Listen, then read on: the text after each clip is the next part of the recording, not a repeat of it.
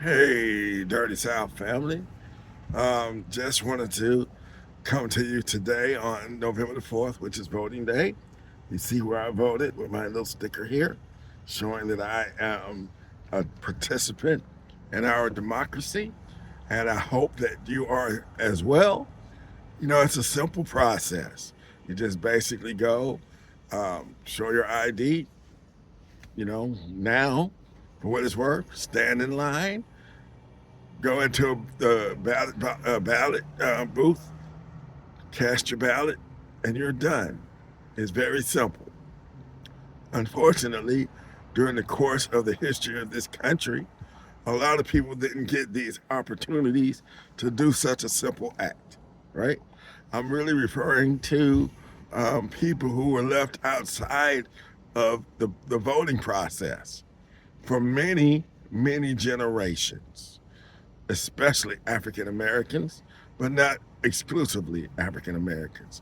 Because the funny part about, or the interesting part about these voting restriction laws that this country has introduced to try to keep black people explicitly from voting after the Plessy v. Ferguson decision, where they considered it separate but equal, and these dastardly Southern politicians, in their attempt to keep black people from voting, but still comply with the law of separate but equal. Yeah, the laws that they passed, they affected a lot of non-black people as well.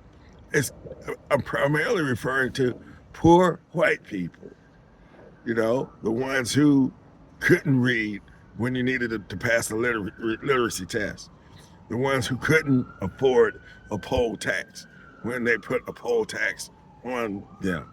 They were, if they were to try to vote, they were relying on the friendliness and their connections to their white brethren who ran the voting system in whatever region that they lived in. All right.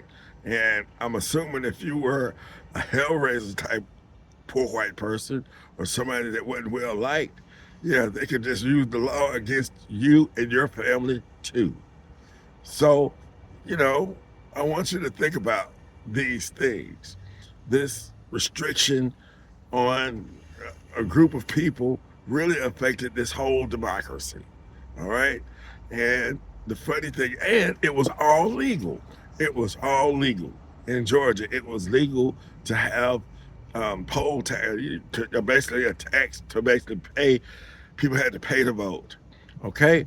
Or it was legal to keep people who, may not, may be dyslexic, whatever, from the right and privilege to vote. Okay.